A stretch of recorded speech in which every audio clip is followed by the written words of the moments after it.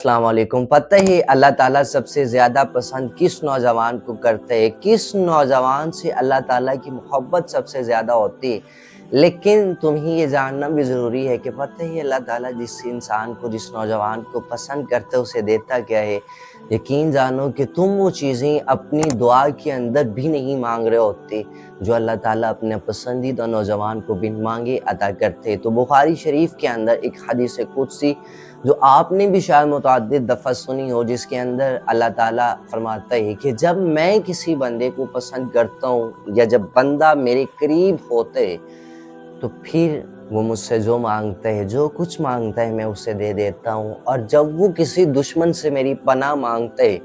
تو میں اللہ خود اس کی حفاظت کرتا ہوں۔ تو یہ نوجوان آخر ایسا کون سا نوجوان ہے جس کی محبت اللہ تعالیٰ سے ایسی ہو جاتی ہے؟ ایسا وہ کیا کرتا ہے کہ جس سے اللہ تعالیٰ خود اس سے محبت کرنا سٹارٹ کر دیتے ہے اور اس کو اتنا قریب کر لیتا ہے کہ ہر مانگی ہوئی دعا اس کی قبول ہوتی ہے، اور دشمن سے پناہ مانگتے تو اللہ خود اس کی حفاظت کرتے ہے۔ تو اللہ تعالیٰ قرآن پاک کے اندر اس چیز کا طریقہ بتا رہے ہوتے ہیں، اس چیز کا آپ کو ایک وے بتا رہے ہوتے ہیں کہ کیسے ایک جوان، کیسے ایک انسان جو ہے وہ میرے قریب ہو سکتا ہے۔ تو اللہ تعالیٰ قرآن پاک میں ارشاد فرماتے ہیں، بے شک اللہ گناہوں سے بچنے والے سے محبت کرتے ہیں۔ وہ نوجوان جس کے سامنے اس بات کا موقع بھی ملا کہ وہ کوئی گناہ کر سکتے ہیں، جس طرح آج سوشل میڈیا کے دور کے اندر جب کسی لڑکی کی طرف سے فرینڈ ریکویسٹ آتی ہے اور چیٹنگ کی اس کو اپرچونٹی ملتی ہے، لیکن وہ جوان اللہ تعالیٰ کی خوف سے اور اللہ تعالیٰ کی محبت کی وجہ سے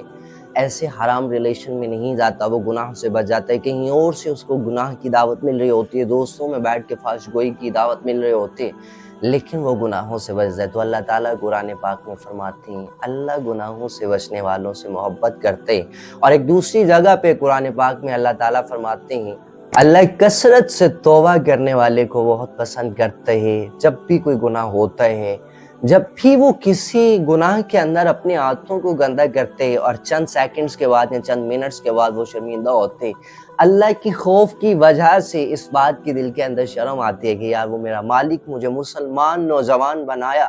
اور میں خوبصورت بھی ہوں، اور میں اپنی اللہ تعالیٰ کی بتائے ہوئے طریقے سے ہٹ کے کیوں یہ گناہ کر گیا۔ جب وہ توبہ کرتے ہیں پھر اس پہ شرمندہ ہوتے ہیں، اس کی آنکھ سے آنسو نکلتے ہیں، تو اللہ فرماتے ہیں کہ اس توبہ کرنے والے کو بھی میں پسند کرتا ہوں۔ تو قرآن پاک کے اندر بہت ساری جگہوں پہ ایسی باتیں کوٹ کی گئی ہیں جس سے کہ کیسے پتہ چلے گا کہ کون سا نوجوان، کون سا انسان اللہ تعالیٰ کا پسندیدہ ہے اور کیسے اللہ تعالیٰ اس کو اپنے قریب کرتے۔ سب سے پہلے جو میں نے آپ کو صحیح بخاری کی حدیث سنائی جس کے اندر اللہ تعالیٰ نے فرمایا کہ میں جب کسی سے محبت کرتا ہوں، اسے قریب کرتا ہوں تو ہر دعا قبول کرتا ہوں، ہر دشمن سے اس کی حفاظت خود کرتا ہوں۔ اس کی سٹارٹنگ پہ یہ کہ اللہ تعالیٰ فرماتے ہیں کہ جیسے وہ اپنی فرض نمازوں کے بعد ذکر و اذکار کرتے، استغفار کرتے ہیں، اور پھر وہ نفل نماز کے ذریعے سے